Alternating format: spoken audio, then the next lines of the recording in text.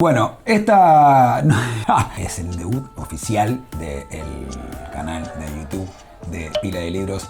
Estoy acá con Ceci Bona de Por qué leer. Felicitaciones por el debut. Muchas gracias, pero me siento bienvenido al ámbito, así que quiero agradecerlo una vez más. Quizás venís a este video por el que ya viste en el canal de Ceci.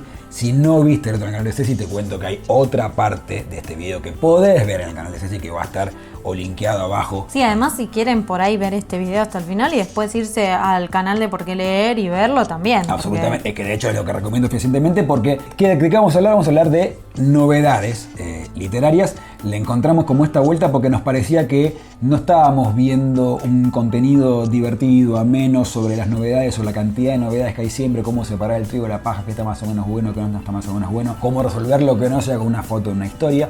Entonces lo veíamos de esta manera y vamos a tener algunas categorías de novedades en este video y otras categorías distintas en el video que está en el canal de Ceci, así que lo que recomiendo básicamente es que lo vean entero, es un solo video partido por la mitad. En el video que está en el canal de YouTube de Por qué leer, hablamos sobre libros de no ficción, ensayos, sí. Hablamos de libros ilustrados y hablamos de novelas, todas Exacto. novedades. Acá vamos a hablar de novela gráfica, de cuentos, de libros sobre libros y de las bombas, digamos los libros más esperados. Pero como ven son categorías distintas, la idea es que son libros distintos que puedan ir a verlo al otro si arrancaste por acá, o puedas bienvenido, si venís, bienvenida, si venís del canal de Ceci. La idea es siempre que se lleven como ideas para encontrar después su próxima lectura en base a algo que los haya tentado de lo que tal vez mostramos o no, pero que les hizo acordar a tal cosa que habían olvidado. Este es un video para ver con lápiz y papel.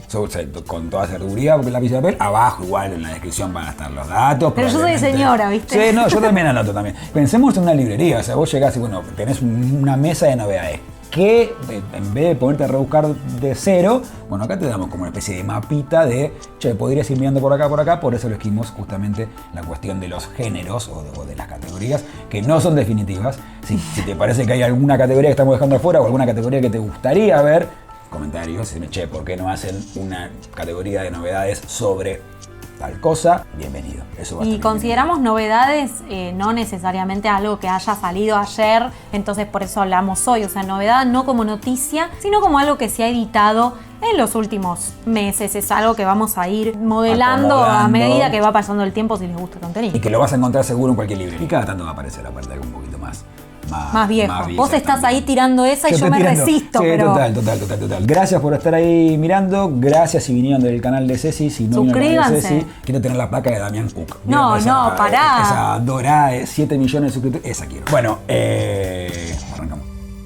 La verdad que no me había dado cuenta que tenía muchos de libros que hablan sobre libros. O sea, es una pavada, pero es como el meme de Spider-Man, señala a Spider-Man. Pero es tan lindo que un libro te remita a pensar en los libros como objetos, como contenedores de historias. Y mirá, el que te traje te morís. Ampersand, que es una editorial que publica especialmente ensayos, no ficción. En este caso, publicó un libro que se llama Al margen del texto, sobre la historia de los paratextos, los glosarios, los índices, cómo se fueron incorporando a los libros. El hecho de que hoy en día abramos un libro y haya un número de página acá. ¿Cuándo se incorporó? ¿Cómo fueron pensadas las notas al pie? ¿Por qué a alguien se le ocurrió que era mejor poner margen arriba, abajo, al costado en lugar de ponerlo en el medio? ¿Cuándo cambiaron esas cosas? ¿Quién propuso el cambio? ¿Quién lo aceptó? Bueno, es sobre todo eso este libro. Alucinante. ¿Viste cuando decís, nunca había pensado en esto, pero ahora vos lo único que necesito? Total, vos lo das por hecho. Para texto, básicamente, es todo texto que no es parte del texto mismo, sino todo lo que acomoda, ayuda, prólogo, epílogo, nota. Y total, o sea, uno piensa, bueno, los libros son así. Bueno, no, puede hacer una historización, digamos. Totalmente. Y bueno, la autora es Anne Blair, que no lo había dicho. y es quien hace la investigación, que acá Ampersand la tradujo. Bueno, estéticamente todo es bello. Ampersand tiene libros muy, muy bonitos. Mi agradecimiento también a esta novedad, que ni bien me llegó el correo diciendo, estamos sacando, quiero todo. Total, sí, es que con Ampersand te pasa eso. Yo traje Mario Muchnik, editar Guerra y Paz. Como ven acá me puse poco freak. La colección se llama Editor. La editorial se llama Gris Tormenta, es una editorial mexicana. Nunca leí nada de Gris Tormenta. Lee pero todo me lo que encanta. pueda, sobre todo la colección de Editor. Yo leí uno de Valeria Tentoni, que salió hace poco, que es muy bueno, me gustó muchísimo. Leí uno de Alan Pauls, que me gustó mucho también. ¿Y qué es colección editor? ¿Hablan editores sobre...? Son ensayitos sobre el proceso de escritura, el proceso de traducción, el proceso de edición. O sea, ¿qué pasa con un texto desde que sale de un Word hasta que es este objeto que tenés en la mano? Espectacular. Cada uno lo encara por donde lo encara. Y este concretamente leo la que dice acá: el diario de lectura, edición y traducción del clásico de Tolstoy, la historia de la relación épica entre la vida de un editor y una gran obra de la literatura universal. Básicamente, Mario Muchnik manda a hacer una traducción de Guerra y Paz por Cooper, Lydia Cooper es la traductora. ¿Y por qué alguien va a traducir Guerra y Paz en el 2000? Creo que es en el 99, 2000, en el 2000. ¿Qué sentido tiene? Bueno, te cuenta primero qué sentido tiene, por qué sale esa edición, por qué arranca de nuevo, porque en realidad ella iba a hacer una corrección sobre una edición que ya existía, pero se puso a cotejarla y vio que había muchos errores. Entonces, la primera parte de este libro es una especie de ensayito en primera persona de Mario Muchnik contando esa historia. Y la segunda es el diario, que con fechado, es un diario del 13 de marzo de 2003, 5 de abril de 2003, claro, mientras van trabajando el proceso. La primera parte te cuenta más que es Guerra y Paz para él, porque él lo leyó 5 veces, lo leyó en italiano, lo leyó en español, lo leyó en inglés, lo leyó en francés. La segunda es, una vez que toma la decisión de mandar a traducirlo de nuevo, bueno, primero, ¿por qué? ¿Por qué vas a traducir de nuevo un libro de 1600 páginas? ¿Qué sentido tiene? Lo que hablábamos en el video sobre Frankenstein, ¿no? Exactamente. Si no lo vieron, está en el la canal de otra Por qué parte. leer. Exactamente, es algo muy similar con, además, el diario que tiene en el medio de la traducción, que tiene cosas de la traductora, cosas de los editores, cosas de los correctores. Sobre todo lo que me parece es que es un testimonio del amor por el libro, ¿no? Digamos, de gente claro, que ama profundísimamente. Que exista una colección así ya da la pauta de que es amor por los libros. La colección de amor por los libros. Y cada uno de los freaks que saca un libro acá adentro, en realidad lo que te está diciendo es me vuelvo loco. Que me mueve para hacer esta locura. Claro, no tiene ningún sentido, porque quizás sí, con el largo plazo sí, pero a priori no es una apuesta económica. ¿No? Me encanta esta sección, me parece como entre técnica y nerd, pero el nerd muestra un apasionamiento, una pasión, y la pasión contagia, no importa a veces si entendemos o no, me parece a mí, ¿no? Como yo veo a alguien que está cocinando con pasión y quiero cocinar, veo Masterchef, quiero ser incluso si vos ves a alguien cocinando con pasión y no entendés algo que hizo, muy probablemente lo vayas a buscar. Claro. Lo investigues, ¿qué le tiró? Claro. Si no, yo no sabía ni qué era. O sea, muchas veces incluso quedarte con la curiosidad te lleva a que después googlees, ¿no? Y así todo, no sé, un mecánico. Siempre que alguien te hable con pasión de lo que hace, contagia, da ganas. Total. Y este libro, que es de editorial mexicana, lo trae a Argentina. Big Sur. Lo mueve Big Sur. La feria del libro que está sucediendo, me acerqué al stand de Perú y había un brindis. No digan que fui por la comida porque soy vegetariana y había ceviche. Había brindis, vos mencionaste el brindis, no la comida. Me acerqué a saludar y estaba Jimmy Carrillo, que es el guionista de esta historieta que vamos a llamar novela gráfica 181, ilustrada por José Aguilar. Digo que vamos a llamar novela porque está escrita basada en un libro, Mosco Strom, de Rosa Arciniega, que es... Esto es espectacular. Una autora peruana que escribió ciencia ficción. Este libro en el que está basado lo escribió en 1933 y es conocida como una de las maestras de la ciencia ficción y encima es de Perú. No es un país que se caracteriza por la ciencia ficción, entonces todo es muy disruptivo. Y en el caso de 181... obviamente la historia original es la misma, pero en este caso la vamos a poder leer en historieta. Es un joven en el futuro que está pensando el mundo desde el punto de vista de las máquinas. O sea, él conoce el mundo a través de las máquinas, pero el mundo es otra cosa también. Claro. No es solo las máquinas. Por eso también lo que vemos en la tapa, esta unión entre el mundo tecnológico, científico y el mundo salvaje, entre comillas, que sucede por fuera de esa tecnología. Me parece como interesante la idea de que lo hayan editado en un formato más de diario, como más de revista. De revista. Es un poco raro para la biblioteca porque, bueno, se arruga, se cae, se dobla, pero tiene la posibilidad de incluso, es lo que yo hice, de doblarlo así, leerlo en el colectivo, llevarlo en la mochila y da la sensación de que tiene una flexibilidad más del día a día. No lo leí todavía, pero toda la historia que tiene alrededor, me desmayo de la felicidad. Me parece importante lo que acaba de decir Ceci, que algunas cosas las leímos, algunas cosas no. No todos son recomendaciones. Acá estamos mostrando las novedades, que por algún motivo, o sea, ya el hecho que hayamos elegido, algo están diciendo de fondo, está claro. Pero no son recomendaciones de, che, te marco mucho este libro, salvo que yo acabo de mencionar recién, que sí lo recomiendo. Pero algunos sí, algunos no. En el caso, como que no lo leíste, pero te da curiosidad. Totalmente, sí, y va a estar seguramente en mis lecturas próximas, porque las historietas siempre son algo... No, voy a generalizar egoístamente y no está bien, pero porque Watchmen me costó un montón, porque Maus me costó un montón. Cuando los argumentos son duros... ¿Por qué Maus te costó un montón? ¿Por el argumento? Sí, como que no podés estar... No podés devorártela como por ahí te devorás. Yo creo que la vi en 15 minutos, Maus. Como que flasheé. No, yo flasheé, pero tipo, lento. Bueno. Claro. Maus es una novela gráfica sobre la Segunda Guerra, sobre los campos de concentración específicamente, más que sobre la Segunda Guerra, que narra el hijo de un prisionero de un campo. Y hay una cosa que dice Spiegelman, que es el autor de este libro, muchas veces que hacerlo de esa manera le permitió decir cosas que no hubiera podido decir de otras. Porque los dibujitos son animales. Los judíos son ratones, los alemanes son gatos, los polacos son chanchos, los ingleses son perros. Y lo que decía es, si hubieran sido seres humanos, hay dibujos que yo no hubiera podido hacer. Después de ahí podés ir a MetaMouse, que es el libro cómo se hizo, que es un libro sobre libros, de alguna manera. Total, que es una novela gráfica sobre novelas gráficas, un libro hermosísimo. Novela gráfica, yo traje uno, La cárcel del fin del mundo. Lo tengo y no lo leí. Bien argentino es este tema. Está editado por Hotel de las Ideas. Hotel de las Ideas es una editorial argentina de cómic y novela gráfica. Y acá puedo meter lo de los suscriptores, ¿qué te parece? Pila de libros es un Tinder de libros. Si quieren que siga funcionando, necesito que ayudemos entre todos, porque hay que parar la olla, hay que pagarle a Edenor. Pero, para que la ayuda no sea solamente esa, también si te suscribís, podés ayudar sin suscribirte también con el monto que quieras, la veces que quieras, pero si te suscribís, entras a un club de beneficios y descuentos, que tenés descuentos en editoriales, en librerías, en indumentaria, en suscripciones literarias, en talleres. Y uno de los descuentos que tenés un 10% de descuento en Hotel de las Ideas, compres lo que compres. Y cuando estábamos hablando de esto con la gente de esta editorial, le dije, che, ¿ustedes qué hacen? ¿Cómic, novela gráfica? Y lo que me explicaron es, nosotros hacemos cómic. ¿Qué pasa? La novela gráfica es autoconclusiva. Es un texto que arranca y termina en el mismo libro y termina. El cómic por lo general son más de sagas. Muchas veces se editan muchas sagas juntas y termina siendo una novela, pero porque son muchos capítulos. Pero esa es la diferencia conceptual, digamos, no da para cancherearla. Cómic y novela gráfica son simplemente si concluye o no concluye. Quizá lo estoy simplificando demasiado. No, pero por ahí también como la sensación de estar leyendo una novela gráfica. Exacto. Da un poquito más de categoría que el cómic. Gráfica, no, también es un cómic. O sea, lo que dicen ellos es, no, nosotros publicamos cómic y novela gráfica tiene más que ver con lo genérico que Salí del closet de la historieta, exacto, o sea, léelo. Exacto, a mí aparte me encantan las historietas. Hotel de las Ideas es una cooperativa de trabajo. Y la cooperativa de trabajo hay que apoyarlas siempre. La gente que junta la guita y la reparte en partes iguales, ya tiene mi admiración. La Casa del Fin del Mundo. ¿Qué es esto? Juan José de Soycerrelli es un cronista argentino de la década del 30. Era medio Batman. Si Art era Superman, Soycerrelli era Batman. Era medio como que competían, pero digamos, publicaban los dos crónicas en los medios más importantes de su momento.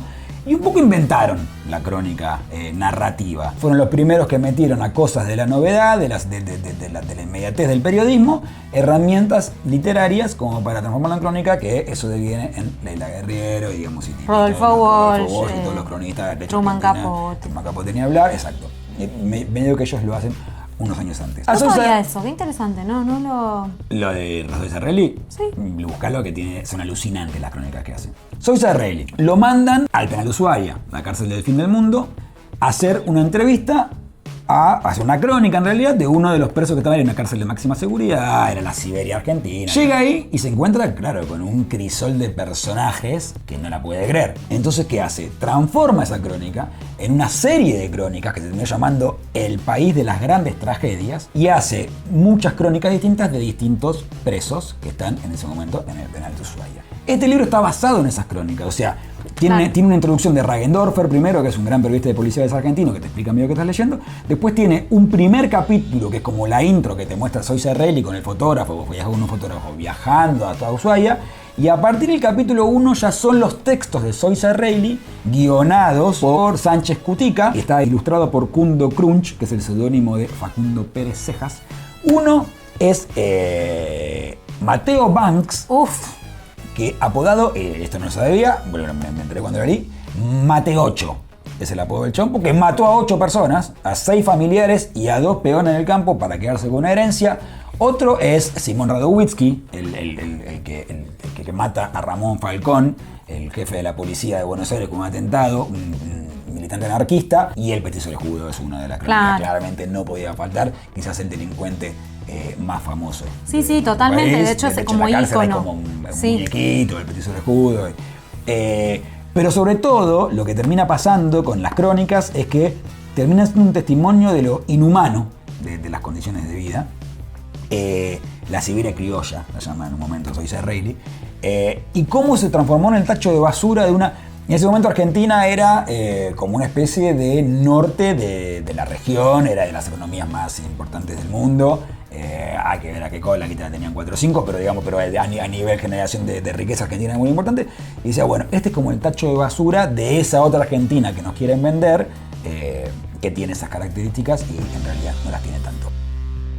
Este libro yo no lo tengo, sé de que se va y lo remil quiero leer. Les traje Pombero. Me encanta tener muchos libros de páginas de Puma. Me gustan los tamaños de estos libros. Y Marina Clos, en Pombero, que es un libro de cuentos, relata leyendas de... Ella es misionera y relata leyendas de lo que es el noreste, un poquito por ahí también, ¿no? Litoral argentino, que hay muchas leyendas parecidas a El hombre de la bolsa, los niños que desaparecen en las siestas, y qué pasa con eso, ¿no? Entonces empieza la figura del pombero, del Yacilla Teré, son leyendas populares de Argentina. A partir de esos personajes, Pombero, por supuesto, es el que le da nombre a la antología.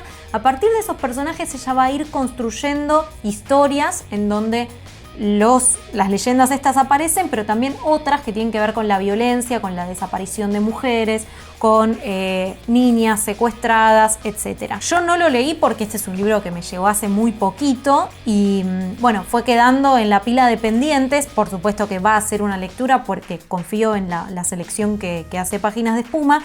Pero en la Feria del Libro tuvimos una presentación con otras bookfluencers y Lule Gallo habló de este libro. Que sí lo leyó, o sea, ella ya hablando. Que ella ya lo había leído, sí. Y contó, dijo algo muy interesante. Ella mostró una foto del lugar a donde transcurrían las historias y parecía que un tronco tenía medio forma de pájaro, ¿no? Entonces decía, donde en realidad hay un tronco, Marina logra que veas un pájaro. Okay. Te hace trampas como lector y a mí esas cosas siempre me gustan porque exige una atención, claro. Pero también es como cuando te das cuenta que entraste en la trampa, decís como, ay, ¿cómo lo hizo? ¿No? Le estás tratando de ver las manos al mago que las mueve rápido. Así que mi libro de cuentos es Pombero de Marina Clos. ¿Leíste algo de ella? De Páginas de Puma. ¿Sabes qué? Estaba pensando eso mientras hablaba. Creo que no. Yo tampoco. Creo que será la primera vez. Creo que no. Voy yo con mi libro de cuentos, Cuentos Reunidos de Amparo Dávila, de Fondo de Cultura Económica. Amparo Dávila es una escritora mexicana que nació en 1923 y falleció en el 2020, 97 años vivió, ya eso me interesa muchísimo. Y este libro reúne los 4 libros de cuentos de la autora. Buen tamaño, ¿eh? ¿Viste? Hermoso. Porque es muy ancho, vamos a analizarlo con un libro normal, digamos. Más tradicional, digamos, como claro. Sí. Excede mucho, lindo. Sí. Medio que Fondo tiene este formato, ¿viste? Para los reunidos. Y una cosa que me gusta de este libro es que tiene la totalidad de la obra cuentística, o sea, tiene los 4 libros de cuentos, incluyendo un inédito que sale acá, que publicó en 2008 a los 85 años. Todavía estamos a tiempo, ¿eh? Al que veces llegamos, claro, o sea, ya con Llegar Vivo a mí me sobra, te digo. Y es un libro en el que están muy presentes los personajes femeninos. Mira.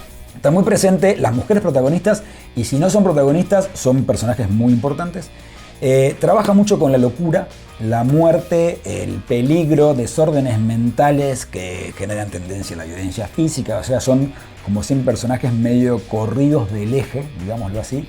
En un proto fantástico, novela negra, como que trabaja en México, tiene mucho eso de la tradición la muerte mitológica, aparte, exactamente. Me gusta muchísimo la edición, esto también lo elegí un poco por eso lo que vos mencionaste, el tamaño, la letra, la caja, todo me parece muy lindo. Y les voy a leer el primer párrafo, el primer cuento, que es una cosa que a mí a veces me gusta, se llama Fragmento de un diario, y tiene formato diario, ven, con la fecha, con todo. Dice, este libro lo publicó a sus 36 años, el primer libro de cuentos. Yo ya no, pero sí, estamos a tiempo. Estamos a tiempo, hay que empezar a escribir. A mí se me pasó hace 4 o 5, hace 5. Aspiro a vivir un poquito más. Lunes 7 de julio. Mi vecino, el señor Rojas, pareció sorprendido al encontrarme sentado en la escalera. Seguramente lo que llamó su atención fue la mirada, notoriamente triste. me di cuenta del vivo interés que de pronto le desperté. Siempre me han gustado las escaleras, con su gente que sube arrastrando el aliento, y la que baja como masa informe que cae sordamente. Tal vez por eso escogí la escalera para ir a sufrir. Así arranca el primer cuento del primer libro de Amparo Dávila, Cuentos Reunidos, Fondo de Cultura Económica. Muchas veces me pasa que hay gente que me pregunta, che, ¿qué tenés para leer? Y yo muchas veces recomiendo cuentos por el tema de la extensión, si estás medio trabado, en un bloqueo lector. Bueno, los cuentos siempre son una buena manera. Si querías buscar algún libro de cuentos para leer, acá lo que tenés es una obra completa, no tan extensa, son 100, 200, 300 páginas. No, es cierto. Nada, y me parece que puedes atravesar la obra entera de una persona, que eso siempre me parece muy interesante per se. Está bueno para poder ver una evolución del autor, qué temas le interesaban en un principio, por ahí, cómo al principio no sabía resolver una trama. No. Lo ves creciendo como autor, claro. Exacto. Claro, total. Me encanta. Eso me parece, ir como atravesando la biografía con la persona, en este caso con Amparo, con la autora. Sí, total. ¿Querés que le digamos a la gente que le dé like y se suscriba? Es un buen momento. Si te gusta lo que estamos haciendo, le puedes dar like, te puedes suscribir, me va a venir más que bien. Si no conoces el canal de Cecilia, abajo tenés el link, si no es por qué leer en YouTube. También dale like, también suscríbete, y si podés apoyar o querés apoyar nuestra ida a El Día a comprar nuestra lata de arveja, te lo van a agradecer como es debido. Hace mucho, no sé, hará 2 años, 1 año, se puso como muy de moda en redes que todo el mundo estaba leyendo Hamnet de Maggie O'Farrell, y yo dije, no, lo que están leyendo todos no lo voy a leer, porque si no después me defraudo, porque si no yo tampoco estoy apoyando la bibliodiversidad, estoy aportando otra lectura más sobre un libro que todos ya leyeron, no me parecía. Pero cuando llegó mi hora de leerlo, la verdad es que me gustó un montón.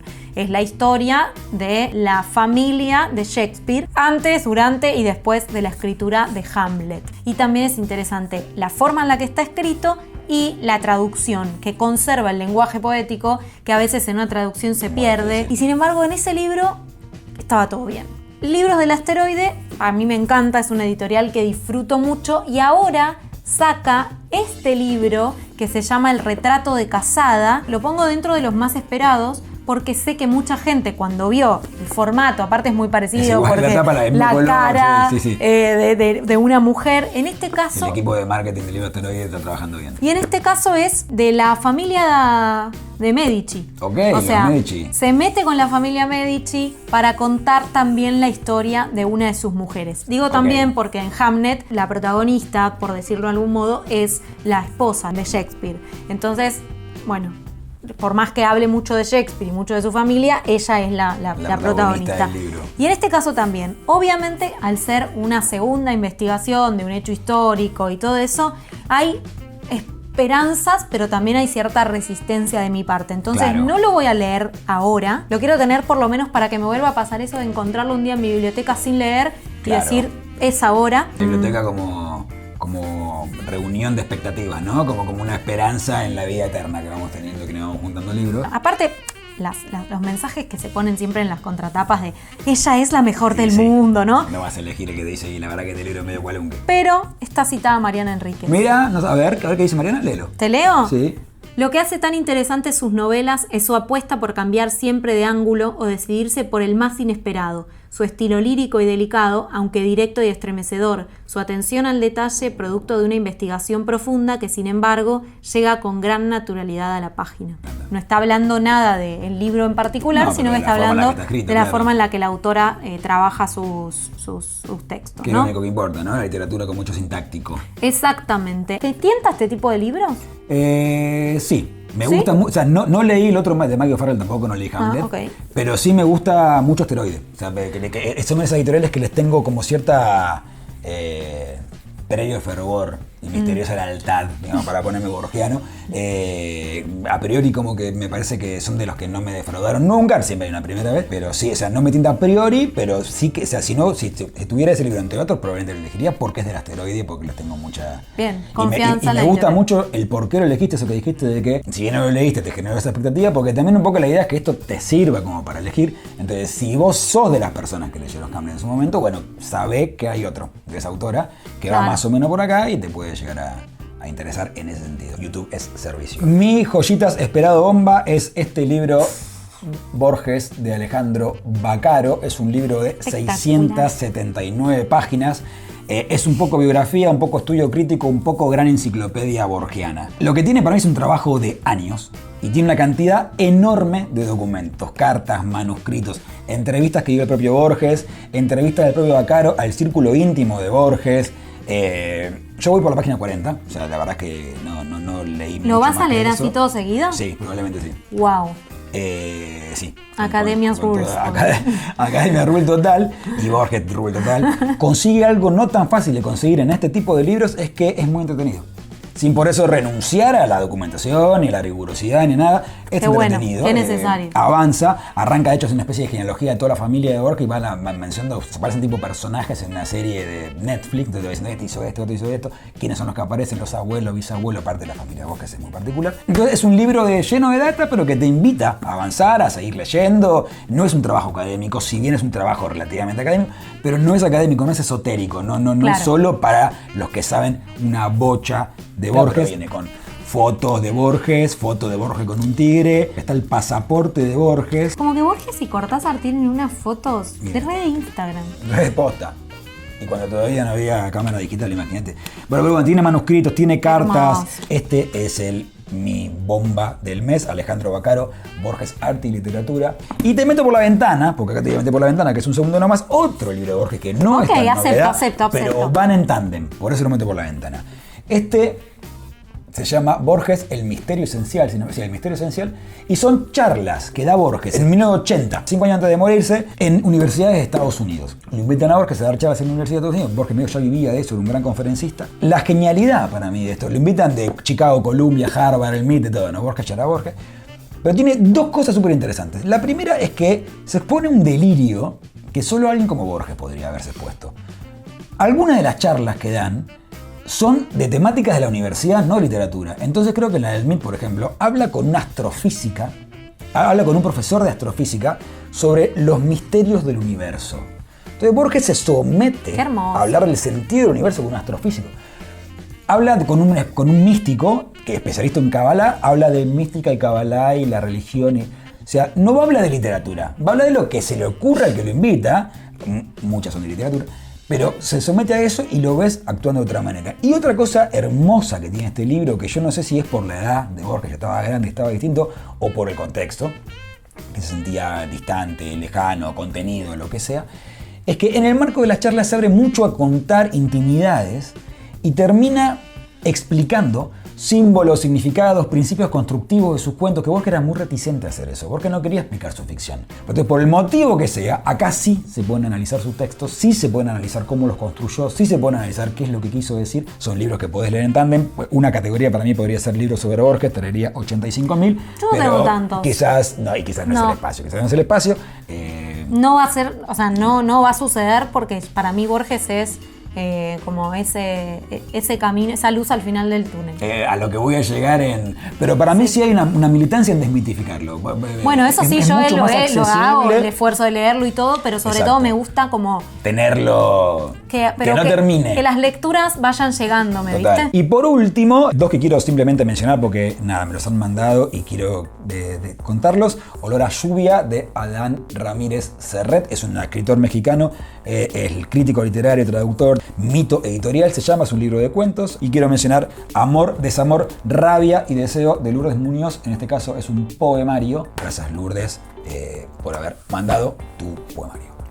Categorías que quieran que pongamos en los videos nos lo pueden contar tanto acá en los comentarios. Tenemos una discusión a puñal, hemos tenido una discusión de cuáles son las categorías. Sí, me gustaría que nos ayuden a pensar qué otro tipo de libro querés ver y también algo así, porque estamos medio probando, ¿no? Estamos medio tanteando. Una encuesta no vinculante, pues no sabemos si vamos a aceptarlo, pero sí nos gusta mucho recibir feedback. Sí. En la dinámica del feedback mejoramos como lectores, mejoramos como personas y yo quiero escuchar sus novedades, porque además de toda esa pila no conocía a ninguno. Entonces, bueno, y viceversa, a mí no sé si no lo conocía, pero sí por ahí que claro, quizás yo algunos no me llegan. Aparte una cosa que tiene para mí de bueno el sistema bibliófilo argentino es que es tan rico Claro. Las dos personas que laburamos de lo mismo, a mí no me llegan los mismos libros que te llegan a vos. Y a vos no te llegan los mismos que... Entonces ya ahí también hay un cruce interesantísimo de... abrimos un poco el abanico y aparecen cosas que no hubieran aparecido de otra manera. Además de la categoría, por ahí que también en comentarios, qué novedad concreta, ¿no? Te entusiasmó, te gustó, querés mencionar, che, me llegó esto, o me enteré que salió esto, o me compré este, como para también saber un poco qué le va gustando a cada uno, me parece que suma. Espectacular. Nada, gracias, ojalá haya gustado tanto como me gustó a mí hacerlo. Y bueno, nada, gracias. Chau. Chau. ¿Se corta? Se corta.